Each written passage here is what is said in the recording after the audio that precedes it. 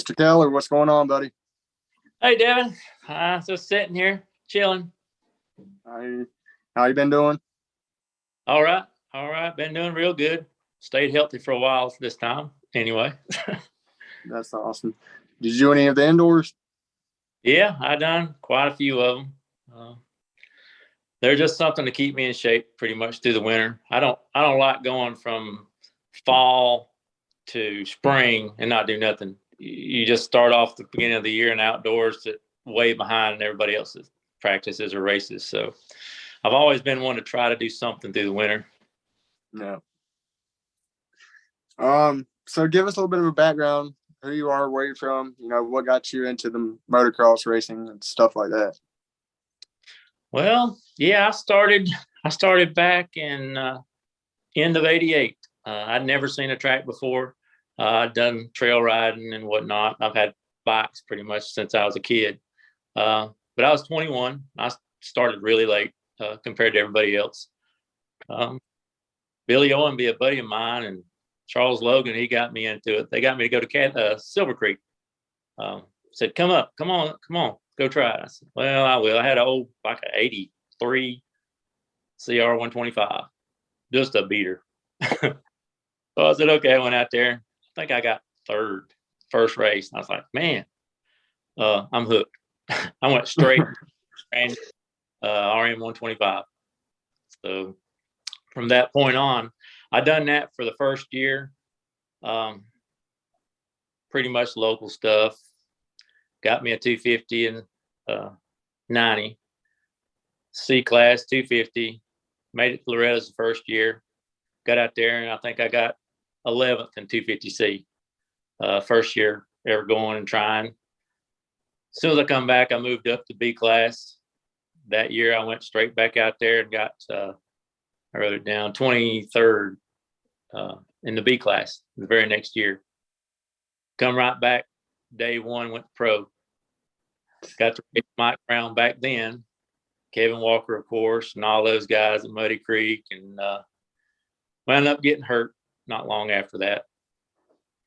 Sold everything, one of those deals where you quit. Come back, started again, run the age classes. Went back to Loretta's in 2010 in the 40 plus. Wrecked on the start on I think it was my second moto, broke my wrist. Finished the race. I was the last one running. Every time Kevin Walker would lap me, he'd holler, come on, Keller, come on, don't you stop. I didn't go out. I drove home. Then, of course, I went last year and this past year in the 45 and 40. 30th place for both classes around that age, and then this past year when I went in the 45, no, I was in the 50 this year. I went in the 50 and got 30th. Yep, you went 27, 29, and 23, or 33 for 30th overall. Yep. So, I mean, not a bad deal. There's a lot of fast guys, and you mentioned something about maybe starting with Mike Brown. Literally side by side with him. Did it in my regionals. Come out second right behind him at the regionals. Get out there and race the Loretta's and had him and several more. That's just, I'm not intimidated. Of course, I'm older than most everybody out there now, but I look at it as a challenge. And that's the way everybody should look at it. Even the younger kids, look at it as a challenge. Don't look at, oh man, I ain't got a chance. I ain't even gonna try. If they go out there and try, look at it, I want to start with them anyway. If I can get out there and start it with them, better I'm going to be. Yeah. So, and one of my mentors, or one of the first people that got me where I was Mitchell Jones. Me and him become friends right after I started racing. And me, him, and his dad, we loaded up the box van. We went everywhere. I didn't just stay at Silver Creek or Cathy's Creek. We went to Florida. We went to Virginia. We went to South, just wherever. And that helped me by far the most in my career to get me up to speed. But, I've had injuries over the years. In 96, that triple at Cathy's Creek, when there used to be 4 there and it used to be a lot bigger, I was probably the second or third person to try it. And I ended up coming off the bike, landing feet first on the third one. I crushed both my heels. I got plates and screws holding my feet together now. And I took 10 years off. So I didn't do anything, didn't even go to a track for 10 years. And it's in my blood. It's worse than any drug I can ever even imagine. You get hurt, you come back. You've probably been there if you've rode any at all. With you just sort of toughen up and deal with the pain and keep going. Yeah. Not many people know this, but September 11th, 2021. Well, I'm gonna say this because I'm gonna give you a little bit of a backstory on me. I used to race 4-wheelers back in 2015 through 19, I believe. Raced with the TT National Series, the New East Extreme Dirt Track Series, the East Coast Extreme Dirt Track, Stanley Farms, Carolina Flat Track ATV Association, and you got the Western Carolina ATV Flat Track Association. But between the concussions and then at East Lincoln in 2020, we were doing an intermission race at East Lincoln Speedway in Lincolnton, and was coming down the back stretch in the heat race, and we were 3 wide. Going into the 3 and 4, we all started going down low into the inside, and they started hitting tires and Nerf bars. So I decided to go a little bit higher, and I didn't really walk the track beforehand, but there's a braking bump or an acceleration bump from the dirt cars, and it snapped my upper and lower A-arm and slung me about 50 feet and just instantly shoulder first into hard packed clay, and I was out for about 2 minutes, man. It was definitely scary. But so I hung it up again after that. Well, 2021, the guy I used to race for, Marty, he invited me to another intermission race at Friendship Speedway for 9/11 Memorial Race. And racing went great. I finished 3rd overall. But there's an incident in the pits afterwards, and eventually ended up getting shot in the arm. And people were still asking, man, what's it going to take to make you realize you're just not meant to race? I said, it's not not meant to race. It's just this drive I have to be able to race. That's exactly right.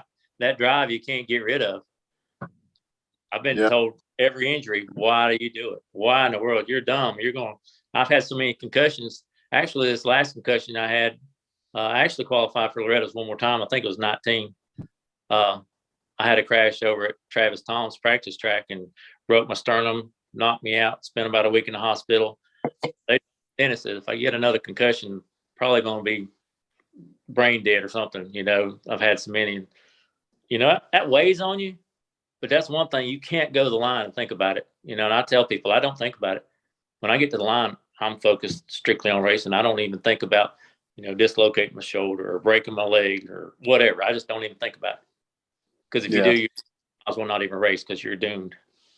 Yeah, it's you start having those thoughts and your brain's going to tell you, okay, well, take it a little bit slower. Don't do this, don't do that. No, when you pull up to that line, you have to be empty-headed. You got to be focused. Yep. That's for sure. Yeah. So what's your future goals for this year? What's your plans coming into 2023? Well, I've wrote down all the series around here, driving distance, and my calendar's plumb full. I brought it home to go over. I'm on it with you, man. I've got every month wrote down every track that's racing. In case one cancels, I got extras I can go to. Yep. Yeah, I've tried to talk to my wife about, okay, let's make a plan. Every year I've wound up doing the Outlaw Series. Of course, I've won my 2 classes for the last several years straight. So one goal I have is to get my name on the board at Muddy Creek. I've made it to this. I mean, I've been in the top in the series, but I've never run enough of them to get the number 1 spot. I usually got hurt or, run something else or whatever. I sort of want to do that, as my main focus and probably do the outlaw secondary. For one thing, Donnie Adams used to run a series down here in South Carolina. They paid the vets, which the outlaw series used to pay the vets until, last few years. And it ain't really about all the money. It's just my building. I've got a huge building out there and it's full of plaques and trophies. I don't need plaques and trophies. Even if I got my entry fees back, that would be fine with me, if I'm racing for free or something. Yeah. I'd like to run one, which Honda, I've got a 22 Honda. So I do make a little bit off contingency money finishing in the top 3, at the AMA races. So that's sort of my goal this year. It's not official yet because we ain't settled on, yes, that's what we're doing. But I'll be at the outlaw track, especially the local tracks. I've got a 4-year-old now that does the Stasic bikes. I'd like for more tracks to do Stasic. That would get my wife more on board to go if it's about him so much. Yeah. It's just me all the time. That's sort of my goals this year. That's awesome. And that's the point I write down and I'll talk about. And eventually, hopefully, Chris Fortune will be able to do an interview with me. I'm trying to get everybody who wants to do an interview. Hey, message me. I don't have an issue with doing it. Mm-hmm. Let's see. You got any tips for anybody that's looking to try to qualify for Loretta's this year? Definitely. And I like talking to younger kids or even guys my age, how have I made it? Because I've never not made it to Loretta's any year I've ever tried to make it. But I try to tell them not to just stay at, say, Cathy's Creek or Iron City or 221 and never go nowhere else. Because, yes, you might win those tracks on a regular basis, win or top 5 or top 3. Once you go out to these 40-man gate, women, men, whatever, it's a different ballgame. You got to be able to run with the fastest from Virginia or Tennessee or, wherever, and get that skill level up with rougher tracks, longer motos, Yeah. And that's the first thing I tell them. I said, don't just stick to here. Go to the bigger venues. Get your experience with them. Once you start getting in the top 5 at the bigger venues consistently, you got a good chance of making it. I know a lot of guys from our area have tried over the years and not made it. And I felt like they could have made it. Henry McKinney, great rider. I mean, he can beat me now. He should have been able to make it. But inconsistency or bad luck, I think mostly bad luck because he's broke something usually when he's about made it. But, Ricky talked about it the other night. I'd like to see Ricky make it. He's got speed. Me and him's pretty close to the same speed. When we do the 30 plus and they mix me in with him, we have pretty good fun, out there racing. Yeah. But that's just it, Don't judge if you think you can make it and get disappointed when you don't, if you just run Cathy's Creek. You got to be able to go win at Muddy Creek. You got to be able to go win at these other tracks, south of the border, the bigger venues. And I'll strive to go better, beat the next person. Don't be satisfied with 3rd place, 4th place. Always try to win. If you're not trying to win, that's not the drive to make it to the next level. Yeah. You don't have to win every one of them. David Cubic, great kid. I think he's got high potentials, Yeah. Good point that you brought up. The Muddy Creek and just going out to bigger venues and bigger races. Well, I was more local racing Cathy's, Outlaws, and stuff like that. And then I was able to make the trip out there and go race. And you get up on the gate, and unfortunately, I had forgot to put my numbers on my bike because at the time I didn't have any graphics on it. But so I'm sitting there putting tape on my plates, and I'm looking. People just constantly going past me, going to gate to gate to gate to gate. And man, by the time I get done, I'm the last gate pick. So I'm all the way on the left side of the gate, I think it was third or fourth gate from the very outside. I'm just thinking to myself, yeah, well, I'm gonna get shut in this one. Well, gate drop, dude. I put the throttle. I mean, I had it pinned, and I took off, and I came out fork going to the first turn. I look behind me, and all I see is just dust and a bunch of riders. I'm like, okay, keep the momentum going. Well, I got too comfortable, went down into a turn, and I mean, I came off the track. I was pissed off to the point where I was crying. Like I was really happy. I would have been really happy finishing fourth out of 35 riders. And Oh yeah. I've got a video of that gate drop too, and I'll post it on a YouTube short. But you know, that's when your adrenaline really gets to pumping, is when you got the bigger gates. And you Oh brought up yeah. another good point. More time on the track, or more length in the races, more laps, more time. Do you think that some series owners should increase the laps depending on if the riders want it or not? Do you think the riders should have a voice in that before they decide on the lap choice? This is probably not popular with the promoters, but I'm a big believer in less classes, longer motos. Get your money's worth. I mean, when you got 35 classes and over half of them is either 50s, 65s, and 85s, and then you just got a handful of your normal classes. That's killing us, which I know there's more money with all those little kids and the smaller bikes. And I know that's what they're looking at, because it is more money for them. Their parents want them to run 3 or 4 races. Well, they're little. They endless energy. They could race 15 classes and probably never get tired. Yeah. But yeah, I would like to see longer motos. I mean, we used to run 20 minutes. It wasn't nothing to run 20 minutes, 15 to 20 minutes anyway. 30 minutes. Now they've even cut Loretta's back to 15 minutes to get more classes.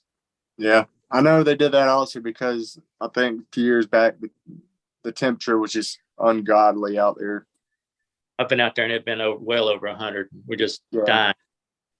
And I mean, you know, with all the gear, the helmet, and doing the 15-minute or 20 minutes, that's a lot on them kids. Yeah. With the temperature. So, you know, I do like the fact that they're looking at it from a health standpoint in a way. Yeah. But if we're going to pay $35 a class, I don't want to ride 3 laps and be done. Exactly. Like I came off the track pissed off one day because of a storm that was coming through. But I mean, it was miles and miles away, and they cut the laps down from 5 to 3 for the main. I'm just like, you don't have no time to make any passes in 3 laps. No. That brings us to another point. That's why, I mean, I don't know how much you've watched me start, but I'm generally in the front, top. Yeah. If I don't, I fell in a turn or something. But that's my number one goal on that gate. Forget everything else is going on. Get to the first turn first. It's easier to stay up front and fall back a couple than it is to go from 10th or 20th to the top. Yeah. I put more stress on myself for that than anything. Yeah. Before we move on, do you want to give any shout outs to any sponsors? I mean, I know you got a bunch of sponsors. I mean, you don't have to name all of them, but the top ones that really, really help you out. Well, FXR come on this year on board with me. Of course, they sponsor a lot of people, so it's not that difficult to get their sponsorship. The number one is Stubbs 11, lady out of Pennsylvania. She's a cash sponsor. Pays entry fees. She paid my entry fees for Loretta's last year. Really good lady up there. She does drawings and stuff like that. But anyway, she's probably my number one cash sponsor. Of course, Frankie over at Creative Motorsports, he helps me out with, you know, discounts and whatnot. He's actually went to Loretta's for the last 2 years with me to help me. You know, he told his wife, he says, if I get one person to go to Loretta's this year, I'm going. Well, I made it, and he went last year. Yeah. And then I've got Suspension Solutions, Jake Posey. If anybody needs anything, he's a great guy. Used to be Roger, but you know, Roger died a year or so ago, and nobody ever touched my bike but Roger. And So now I went to Jake, Roger Dimsdale. But anyway, and then EMC of North Carolina. He's helped me out for the last 2 years in a row, paid all my gas and fuel out there and back. He builds houses and he sets modulars in our area around here and just anywhere really. So that's my main ones that help me out the most. Yeah. And with the way that the economy is, and it's hard to live, much less contribute to a hobby that you go crazy if you're not doing. It's like you said at the beginning, it's like a drug that's first time that you do it, like it's over for. Yeah, I sit here on the couch. I'm sitting there going crazy on the weekend. Well, I need to be doing something. I'm sitting there twitching. Like. I had to get a call from a buddy or something. We talk about racing. She says, "Your attitude just changes 100%." That's funny. My fiance sitting right in front of me. She just gave me that look like, yeah, that's you too. What are you gonna do when the time comes to really hang it up? Like, are you still gonna be out with the track? You still gonna be out there giving pointers? You're gonna race a couple of local? Like, you're gonna be competitive? I mean, what's the big future ahead of you? Well, I've said this in the past because I got 2 older boys that I got into racing years ago when they was younger, but they never really took off to the point to where I could retire, because I would have. And that's the way I feel about my 4-year-old now. He's just 4 and he's on Stasic, and I'm hoping he gets to drive and I can go with him and build him up. And it gives me something to do at the track and still see all my friends, because my main friends are at the tracks. Over the last 30 plus years, that's where my friendships are. But my older boys, they're racing again now, though, and riding. One's in the Army and he lives out in Texas, but he's racing and whatnot and riding. My oldest, he's here. He's got back into it again, so I'm happy for that. But my wife says something else. She's seen a video about a 70-something-year-old, 72-year-old guy or something, and she said, "Oh yeah, my husband's gonna pass that." So I can't say what my end goal is, my year, my date, or whatever. I think I'll put it this way: when I'm not competitive and don't feel like I can be competitive, I don't want to be the guy with the shiny $10,000, $15,000 motorcycle out there in the back. I made it. I'm here. I don't want to be that guy. I want to have fun. If I want to do that, I'll go practice and I'll go play with the guys at practice days. But as far as lining up on the gate, I really don't see myself when I get slow, when I get out of shape or something. I don't see myself out there just to be out there. Yeah.